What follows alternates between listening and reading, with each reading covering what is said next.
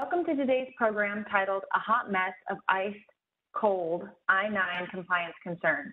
At this time, all participants are in a listen-only mode. For those of you who are logged into the web presentation, you are encouraged to submit questions throughout the conference by typing them into the Q&A box on the right-hand side of your screen. For those interested in obtaining CLE credit for this webinar, an attendance verification code will be read during the presentation that will be required on the CLE attendance affirmation form. Please write this code down as it will not be reread and is required for the CLE credit. Copies of the webinar, recording, and materials along with the CLE attendance form will be distributed to attendees in the days following the webinar. On the next slide, you will see a legal disclaimer. At this time, I would like to turn it over to our first speaker for today's program, Leon Rodriguez. Leon, please go ahead. Good afternoon, everybody. It's great to be with all of you. I looked at our attendee list and saw a number of familiar names, folks who we've seen on prior webinars.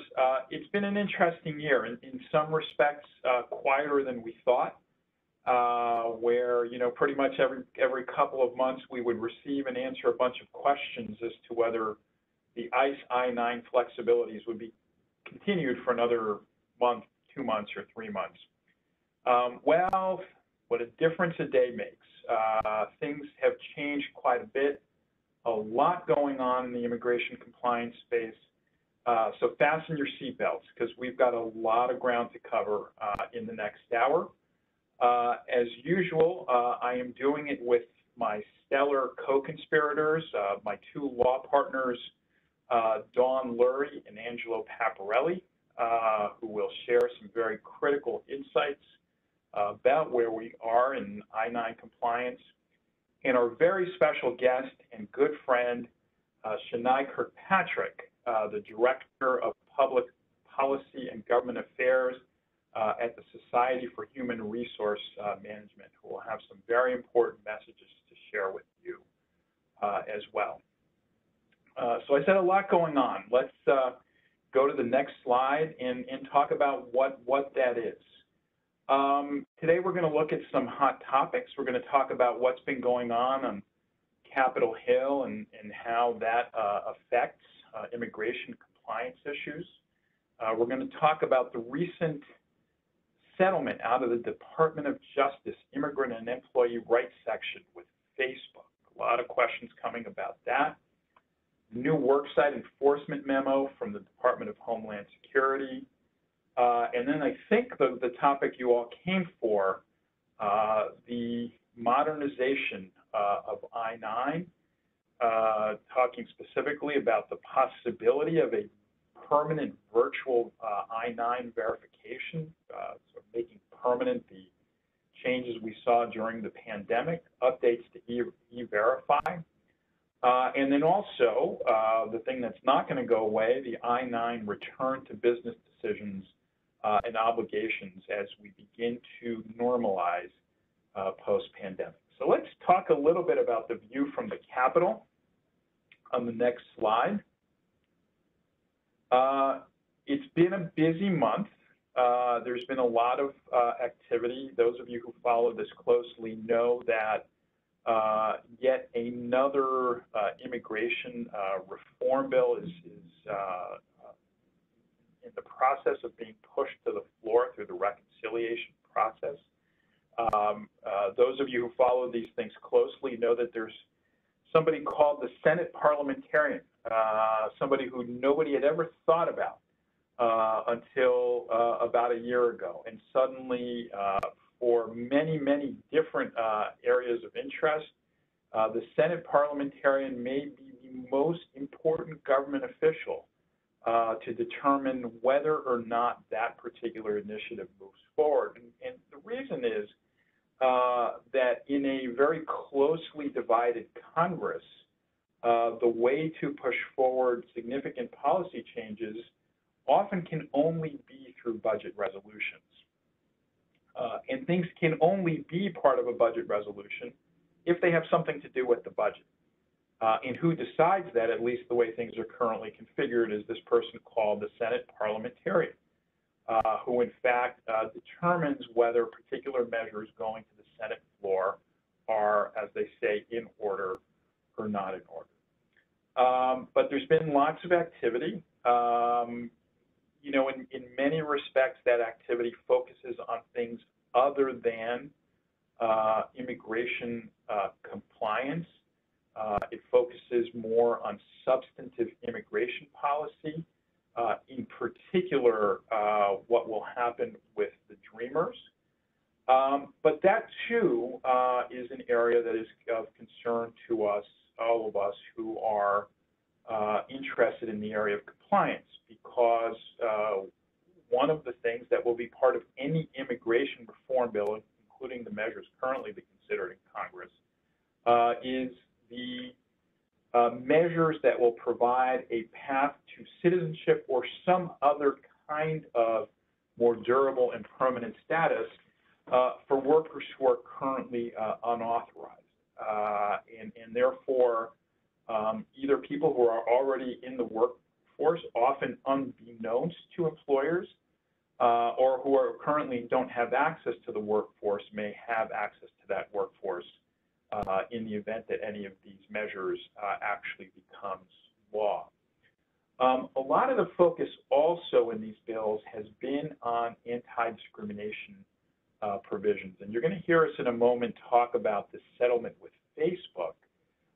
One of the things that has been part of these bills, something that hasn't got a lot of notice but could be fairly impactful for employers, is measures that would strengthen and expand the kinds of anti-discrimination provisions that were applied in the Facebook case you're going to hear about in a few moments to other types of cases.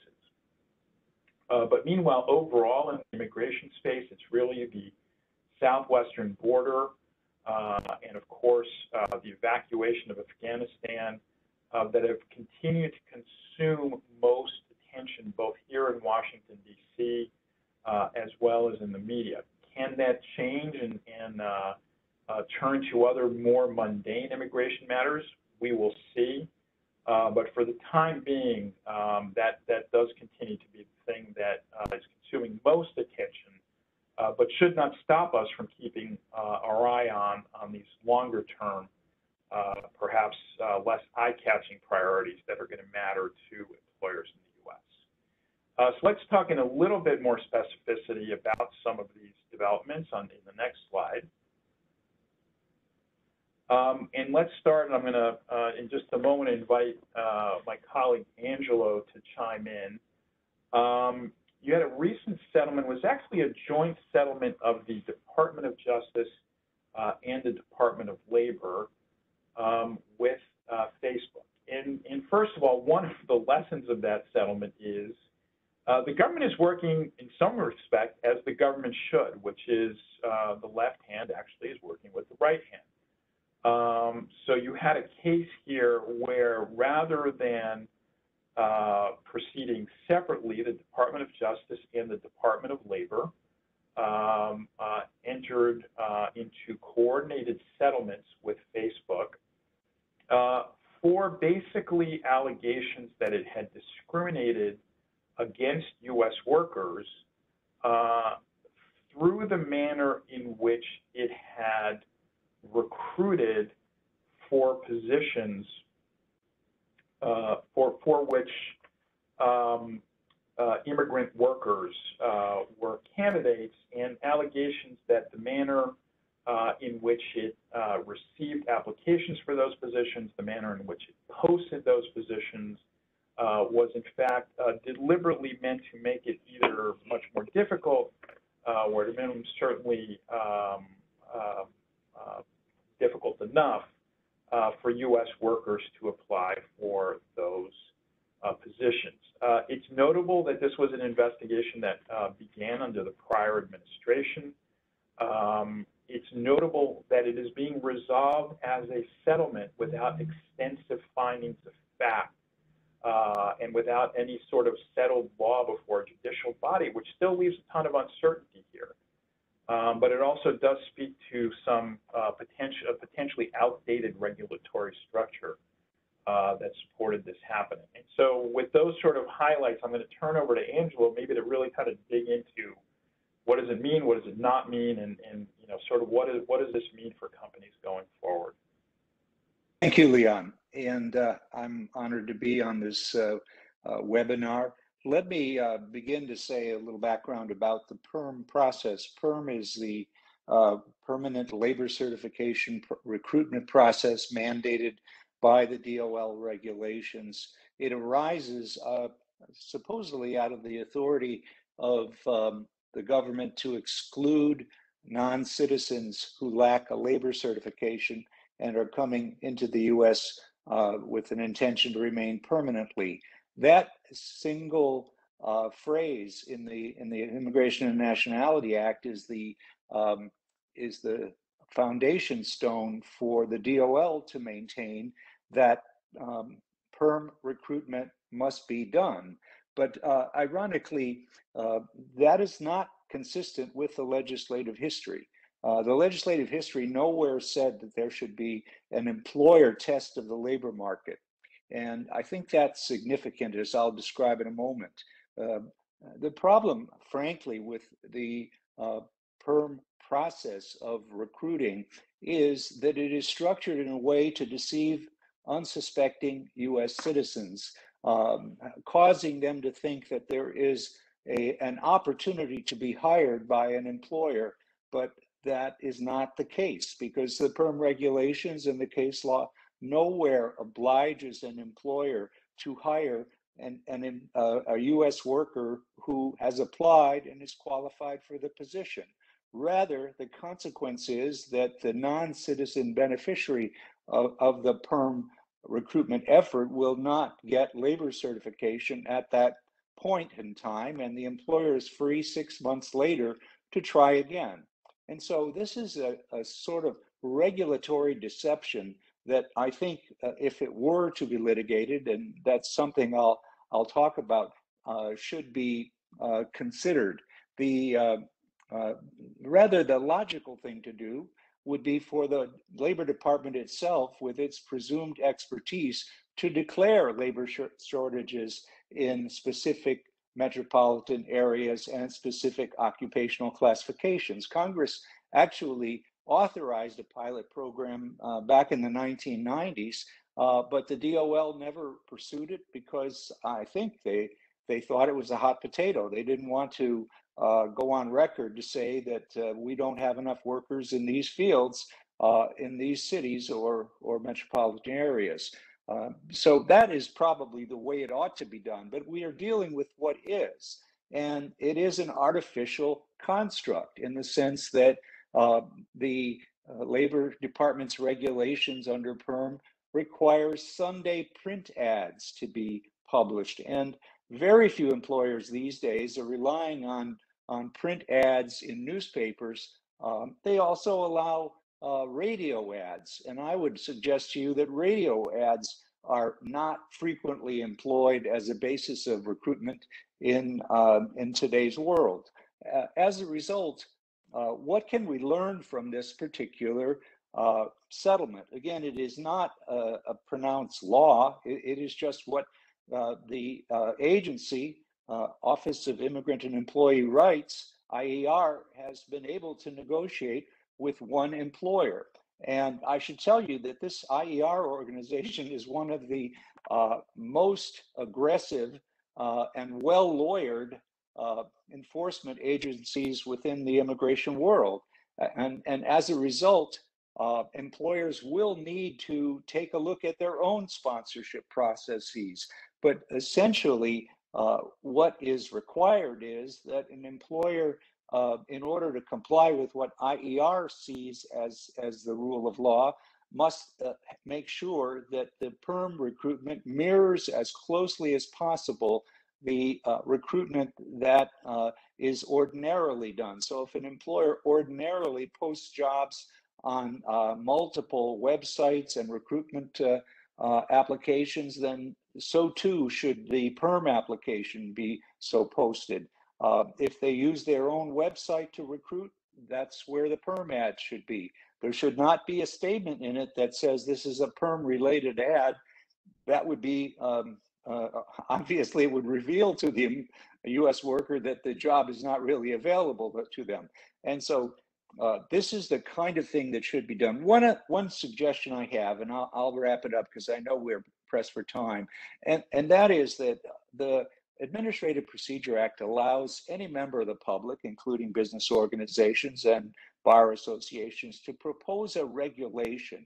And one way to deal with this would be to propose a regulation to say that the current perm process is illegal, contrary to statutory intent, as reflected in the days leading up to the enactment of the statute, and that the Labor Department should, in fact, declare labor shortages. Obviously, DOL will reject that rule, but then that allows for litigation under the Administrative Procedure Act to challenge the reasoning. And I know that's a bit way out there, but that's one way for organizations to band together to try and force a recognition of the illogical nature and the unfairness to U.S. workers that this process entails. Great. Thanks, Angelo. Certainly an area where there is going to be a lot of uncertainty, a lot of contention, and an area, I think, to Angelo's point, where we also need to be watching Capitol Hill and how it may decide to weigh in on this process. So the other big thing going on in the last few weeks, which we'll talk about on the next slide, is the Worksite enforcement memo.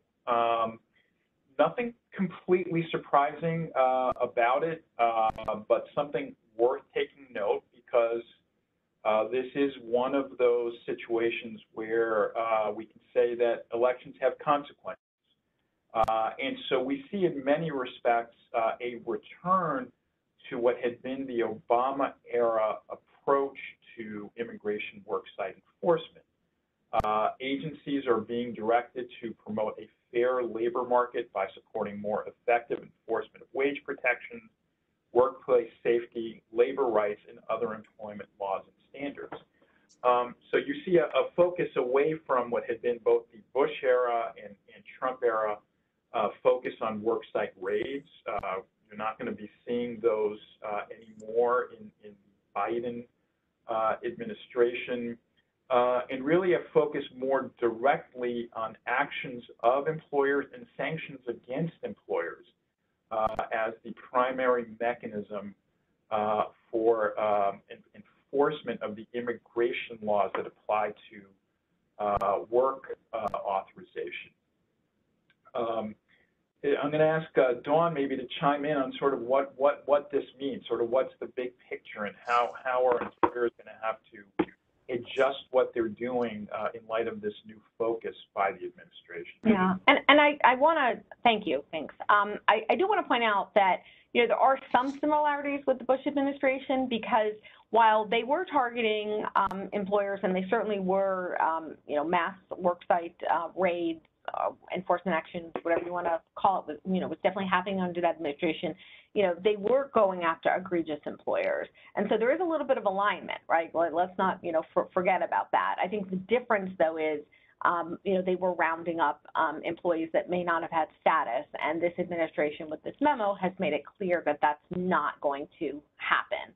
I think it'll be interesting to see how they make their cases and how they come in and make criminal arrests or build cases against the unscrupulous employers.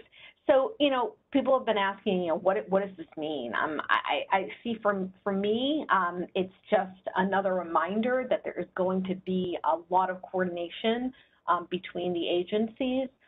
This is, definitely a nod to the employees that may be in these difficult situations, really urging them to come forward, right, to say, we're going to give you protections. We're going to, there's going to be whistleblower protections.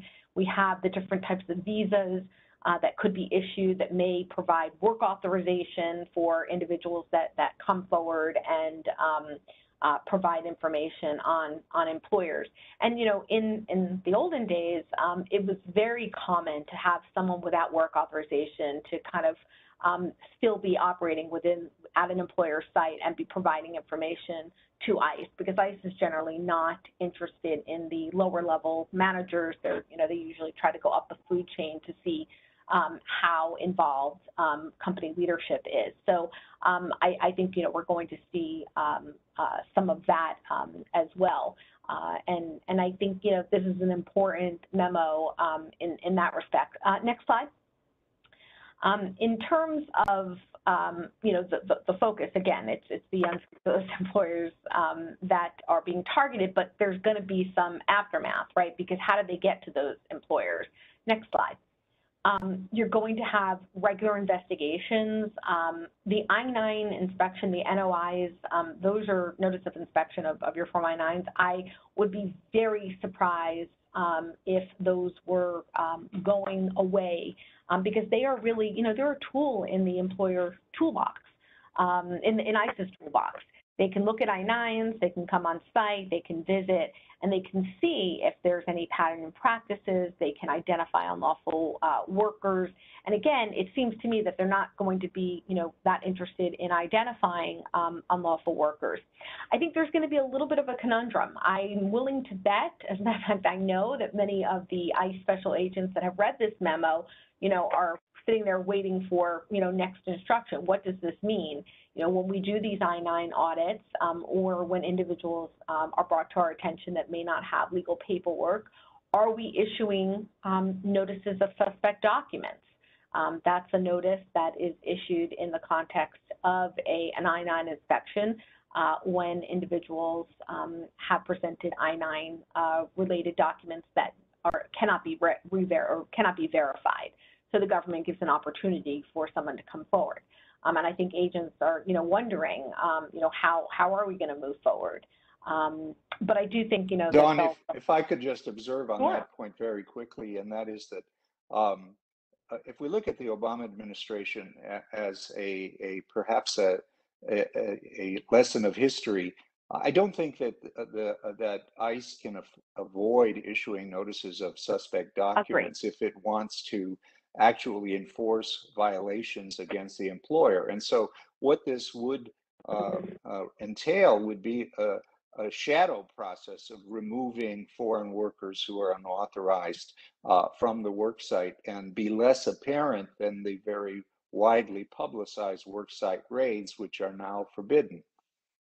But, you know, Angela, it's interesting because, you know, we can say that under the prior administration we saw Mississippi, whatever, but my experience has been under the prior administration that the same thing happened. We got issues, the same thing under Obama, the same thing, not so much under Bush, but we were issued notice of suspect documents, and then employees, you know, were provided, you know, time to come in, and if not, they simply left the work site and, you know, were not picked up. So, and of course, there were certain arrangements made when the government was interested.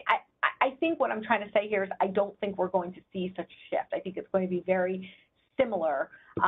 If anything, we may see an increase as they try to go after these employers that are taking advantage of particular individuals. So we may see an increase to get towards the individuals that are acting in bad faith.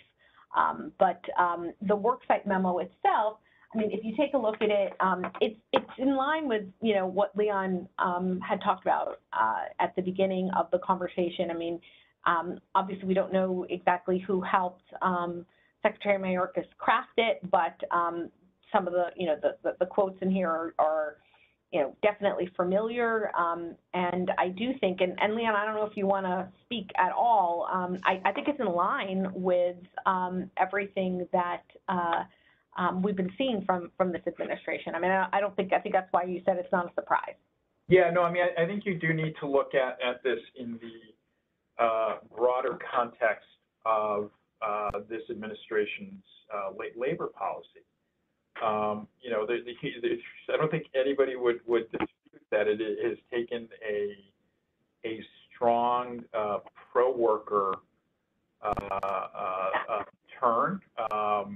You know, and I think that is, you know, obviously reflected above all in the policies of the Department of Labor, and certainly a number of matters that we won't be covering in this webinar, but it does very much translate into the process of employee verification and shifting the responsibilities and consequences in a that reflects those priorities.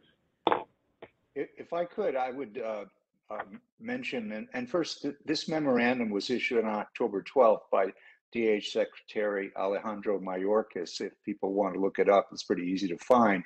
But I agree with you on your point about this is a larger reflection of the worksite enforcement philosophy of the Bush administration. And I did a blog post that was published on Seyfarth's big immigration blog on March 31st, which says, beware the employer risks nesting in the Biden administration's comprehensive immigration bill, because essentially what this memorandum does is incentivize workers who believe they have been the victim of unfair employment practices to become snitches against their employer, and in the course of that receive what was not allowed under statute but is allowed under existing law, namely deferred action and employment authorization and deferral of deportation enforcement. And so employers, and Dawn has the point on this slide of good employers will be caught in the crosshairs. I could not agree more. I think that there will be a motivation, and whether there are or are not violations of labor and employment laws, employers will be brought to take into account. And that alone leads to burdensome administrative discovery efforts, deferral, and diversion from business objectives, and not a good thing. So we'll have to be, go ahead, Leon. Yep, the windup is be careful, and you know, just pay attention to what you need to do to follow the law. Dawn, I think you're going to take us into our next topic. Next slide. Yeah, next slide, please. Yeah, we're going to talk about modernization. You can keep going. And I'm going to try to catch us up. I mean, look, at the end of the day, the employment eligibility process has not been modernized. And this administration, you know, from day one has been hearing from businesses that we have to update the employment eligibility process. There also has to be updates to the Verify process. Interestingly enough, and obviously I don't know personally, but Secretary Mayorkas led the transformation of E-Verify when he was the USCIS director. He was very involved in modernizing E-Verify, and he was very down in the weeds. So this is something that definitely he's aware of, and he knows the program, and it'll be interesting just to watch. That said, my understanding is that the ability to ease the burden on businesses is something that the White House is also very in tune to. And, you know, we saw that with the request that the agencies have just, you know, put out, which we'll talk about. So in terms of modernization, I think the biggest thing that was happening before COVID was, and that's aside from the routine requests that we're constantly making to update certain things. But the biggest thing that businesses were already starting, there was a lot of chatter, was the virtual I-9 process. You know, we were knocking on the door and basically saying, hey, look, USCIS and ICE, there has to be a process by which employers can do a virtual I-9 process. There's, you know, we're having these webinars. We got through COVID, and obviously we didn't know we were, you know, coming up on COVID, but the technology is there, and we want to have options. And whether it's for certain types of companies, whether you pilot it, whether there's different gates in place, it has to be a consideration. So this was already, you know, being thought about prior to COVID. Next slide. It is super important that businesses are involved in this and that your voices are heard. One of the things that Secretary Mayorkas has said to his staff, and he consistently says, I'm told, is to engage stakeholders early and often. Let's take advantage of this, right? They want to hear from businesses, and they want to hear from large businesses, small businesses, trade associations. We have these opportunities. So, working with ALA, with SHRM, the Chamber, there's so many other organizations that have been requesting these changes. And those of you that are on the call from the organizations, thank you. Those of you that are members, you need to be involved. I mean, I really want to talk about the importance of policy and, having a seat at the table. So SHRM, we were working with SHRM early on, and they had an interesting approach to this. I think, being a little bit different than some of the other stakeholders, because really representing those, boots on the ground individuals, the people that are doing the day-to-day, the individuals that physically had to do the I-9s in the midst of COVID, if the factory was open or whatever it was, those were the people. So next slide. I do think that it would be interesting to hear, Shania, if you want to give us a little bit of background. You did a fantastic survey and would love to hear from you. Thanks, Dawn, and good afternoon, everyone. I'm certainly among friends with the Seyfarth team, but I know many of you on the call today are also SHRM members, so welcome.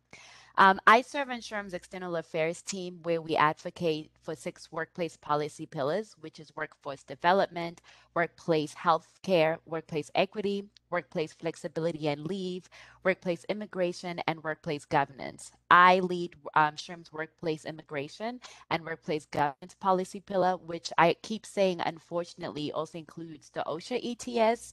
So you can all imagine the type of week I have had. But happy to be here and happy to kind of share SHRM's perspective on how we kind of tackle this issue. A large part of SHRM's immigration advocacy efforts have historically always been related to modernization, and especially related to the employment verification and authorization process.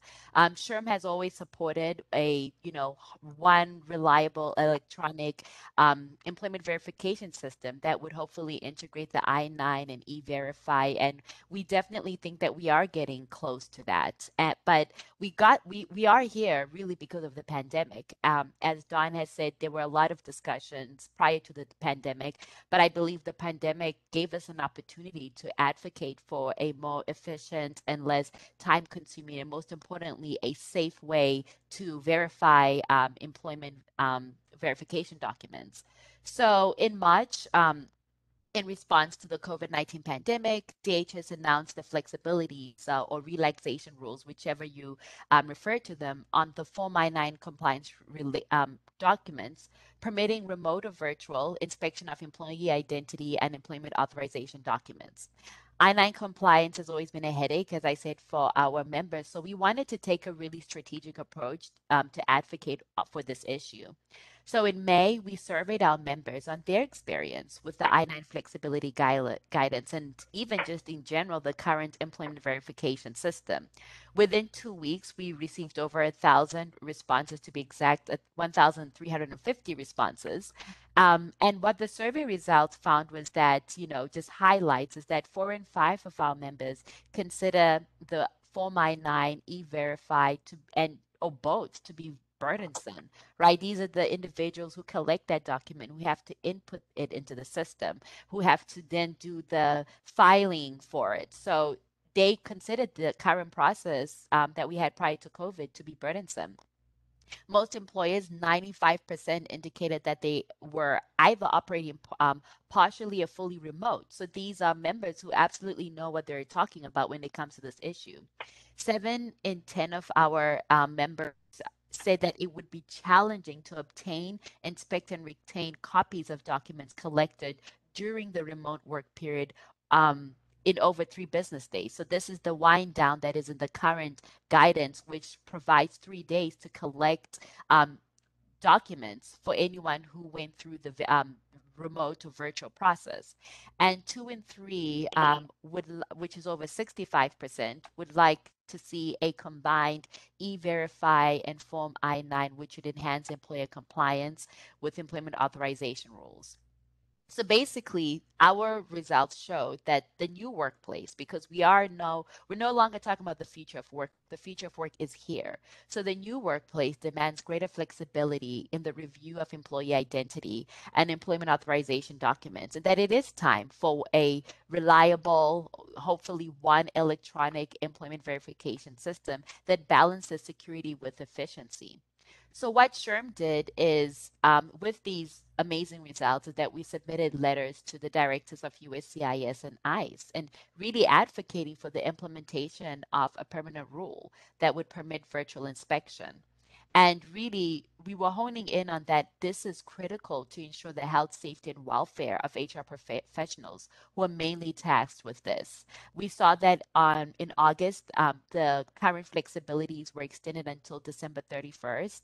And with the new submission for a request for public input on the Federal Registry, it is on the horizon that the administration is hearing us, right? That they want to see a change in this, but they need to hear from stakeholders. So one of the things I would definitely call on anyone, everyone on this call, is that they need to hear from all of us. They need to hear about how virtual has gone. Now, I think Leon and Don and Angela would say not to say too much of how you've gone through verification, because obviously I think companies have done things. They've just been so many rules that have changed along the way. But really, I think the main message being that we are ready for a virtual inspection of documents. And we hope that SHRM will continue to lead these efforts, and in addition to advancing policies that in general foster a modern workplace immigration system that's efficient, predictable, consistent, and transparent. So I'll make sure that you all get a copy of SHRM's survey. Please don't hesitate to reach out to us. We may be doing follow-up surveys, obviously, but we want to just make it known that, they are hearing us, right? They are reading and all the advocacy we're doing around this work. But I think we're at the final push where it's important for employer organizations to, really say how the process has been, but really most importantly, talking about it's just time for us to modernize this process. So Don, I'll hand it over back to you. Perfect. Next slide. And I'd love to add just a quick little postscript there. One of the things that's clear to me as I've watched the way that the request for information was rolled out by the Department of Homeland Security is that the department really views this as both an employer and a worker issue. So it's one of those areas where there really is an alignment, a very clear alignment of interest between workers and employers, and where that alignment is seen by the Department of Homeland Security. And so I think it is an area where there is a really good chance, given the way in which the workplace has changed, the way the technology has changed, that what has been a provisional approach during the pandemic will actually become permanent. So I did want to share that aspect of how I think the administration is looking at this issue. If I could add a point quickly. Go to the next slide so we can have it up, because we didn't really talk about the request for public input. Yeah, perfect. Go ahead, Angela. It's interesting that all of this originates from a regulation that says an I-9 must be physically inspected. The original documents must be physically examined, documents of identity and employment authorization. And what does that mean physically in the context of a modern virtual world is unclear.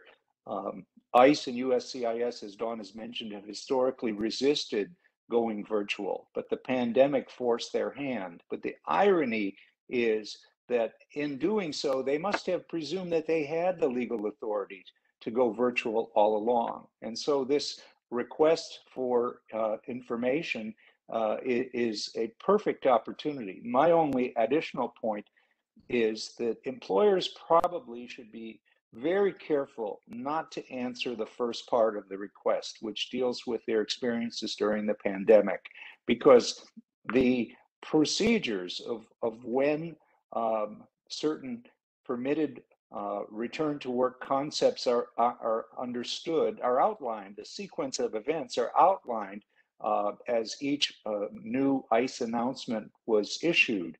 And I would probably focus not on what are your experiences during the COVID pandemic and virtual inspection, but actually the later questions that ask for generalized comments. I don't think you want to have a roadmap for ICE to enforce against particular employers.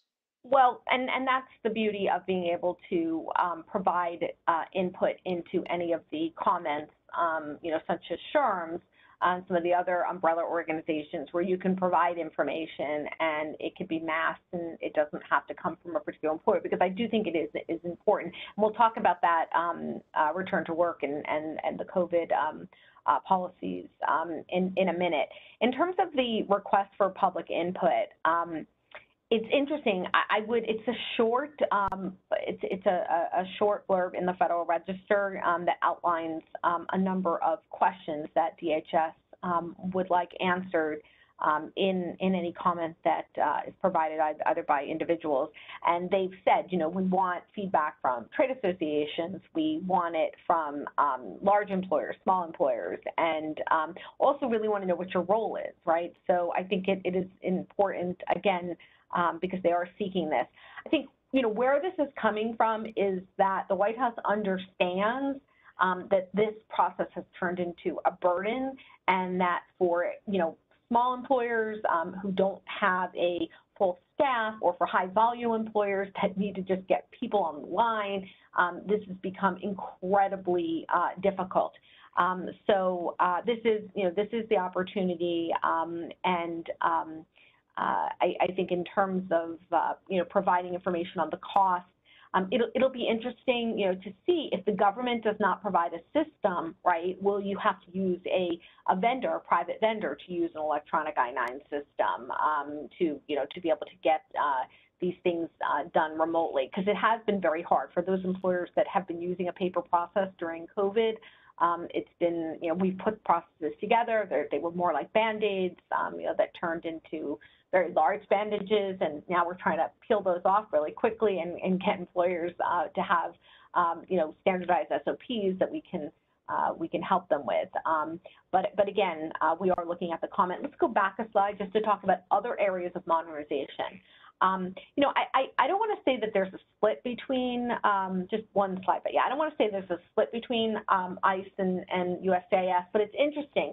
The regulations call for an inspection, a physical inspection. That's what the regulations say. The instructions that CIS drafted many years ago call for an in-person physical inspection.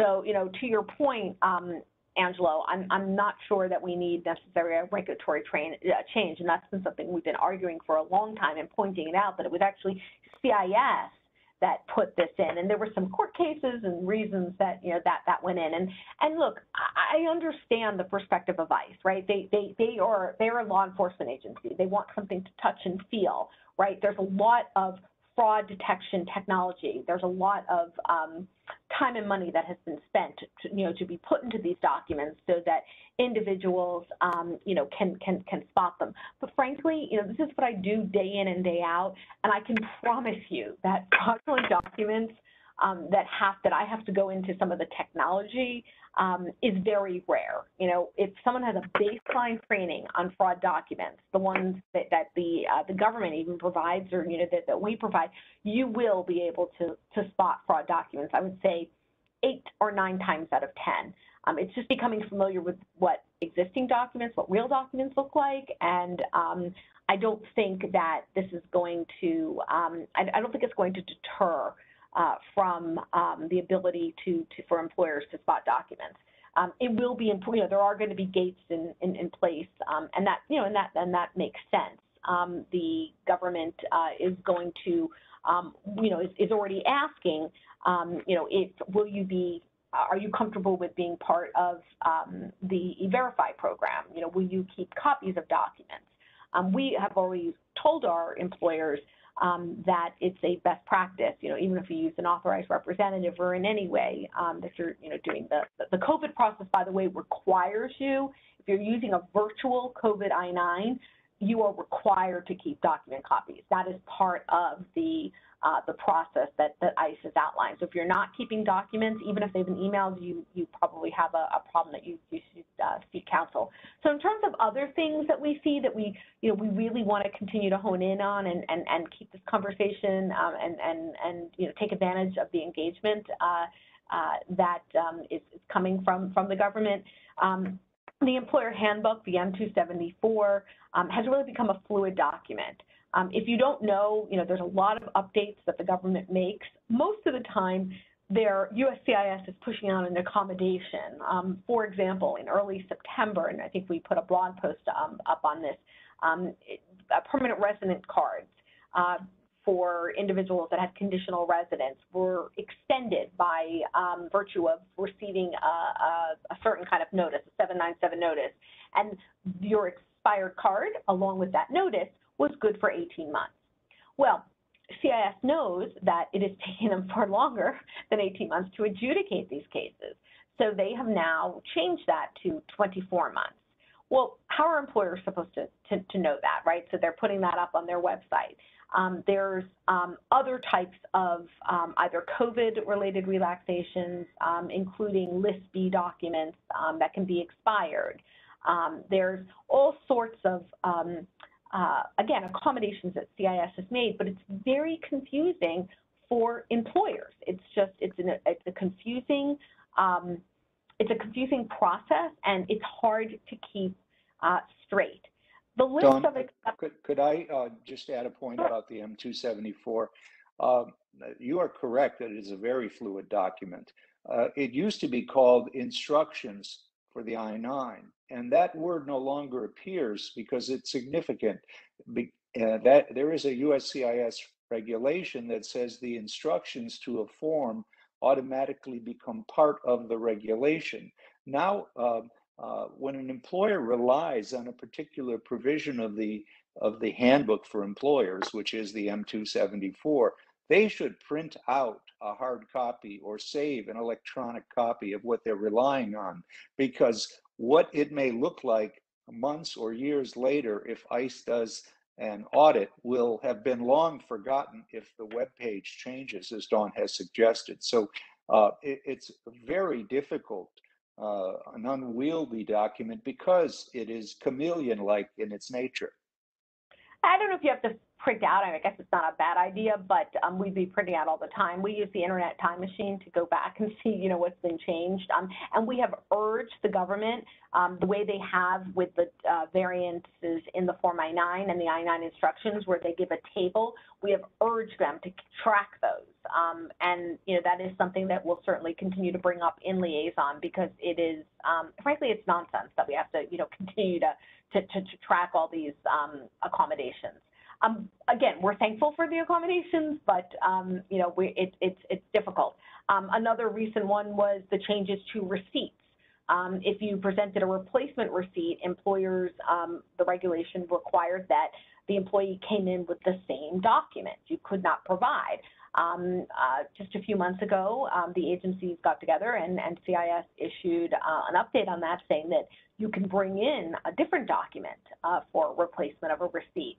Well, again, we had to push that out and socialize that and let employers know about that, because you don't want to be the employer that's not accepting a different document and your employee is going and calling the Department of Justice and saying, I presented this receipt, I'm being terminated, or this new document because my employer doesn't know. But again, when you're the shift manager at the local pizza place and you're also the person who onboards and the person who does the I-9, I promise you are not reading the M274 and you are not looking at the updates. So we continue to urge the CIS to update their instructions, to include in the list of acceptable documents the, almost, I don't know, it's like 2.5 dozen additional documents that can be accepted in addition to the list of acceptable documents that's attached in the I-9. I mean, like we've said it, shame on them. It's not right. It's too difficult for employers, both large and small, and it creates problems. It basically, it probably creates problems for employees that are lawfully able to work and are being turned away. So we're going to continue to knock on their door, and I know that they are trying. I know the people at both or all three agencies are working on this, and we are really happy to see this. I think the other thing that we're looking for, and I'm going to move on in our last 10 minutes to the COVID, is the electronic I-9s. We absolutely need to have more guidance, especially in light of the modernization. Next slide. Dawn, that was a great visual about the shift manager at the pizza shop, because I was envisioning an octopus with 8 arms trying to do all the things that individual must do. It's true. The cook, the cleaner, the person who sweeps up. Absolutely. It's very hard. Okay. We're going to talk about returning to work. Next slide. So we talked a lot about, permanent virtual already. So I'm only going to, just quickly go through this. What is it going to look like? Like I said, I think that CIS, DHS is looking for information on what it could look like. I do think that at the end of the day, ICE still owns enforcement of the I-9, and they have to be on board and they have to be comfortable. I thought it was interesting that there was no requirement for image, because I did hear at the beginning that there might have been like a light image. An image is a best practices program that ICE has owned for many years. E-Verify is a part of it. It includes having audits done internally, going through an image training, being a part of E-Verify. So I thought that maybe that would be included. It could be that they can't handle the numbers that would be coming in, because I think a lot of companies would consider signing up for image if they were able to do permanent virtual. I mean, look, at the end of the day, and as Shania said, from Sherm's perspective and those on the ground, I mean, there's all types of things that have to be considered, including the health, safety, and welfare of those that actually have to do the I-9s. If you're a high volume hiring, do you really want people in your office with their mask down so that you can look at their face? Yet you can do it virtually, right? And not have that. I mean, you go to the doctor and like maybe for like 1 second you pull it down, and even then, there's a lot of they're wearing different types of PPP, so it's hard. So we'll see. We're going to watch that, and we'll definitely keep our clients and friends updated. Next slide. So return to work. Right now, the flexibilities have been extended till December 31st. What ICE was thinking to extend them to December 31st, I don't know. And, certainly we're going to be, asking about that, because it is, the week in between the holidays. People are going on vacation. We need to know, is this going to be extended before? So, they have constantly, and I think that, there's just been some internal disconnects possibly in why we're getting these extensions so late. But I will tell you that, every group that I'm a part of has been, really asking and reminding them the importance of not waiting till New Year's Eve to let employers know whether or not it's extended. I can't imagine that the flexibilities will not be extended through the 31st, because, here we are in October, and, Seyfarth, we just came back to work on a hybrid, hybrid opening. We have a lot of clients that are not open. I heard that, there's only 10% of companies that plan to open across the United States, and that, the majority of them are going to be hybrid. So it's something, and some will not open at all, right? That will still be hybrid well into the new year. I don't even know if the government, I don't believe the government is back. So, I mean, it's my prediction, it'll be extended past the 31st.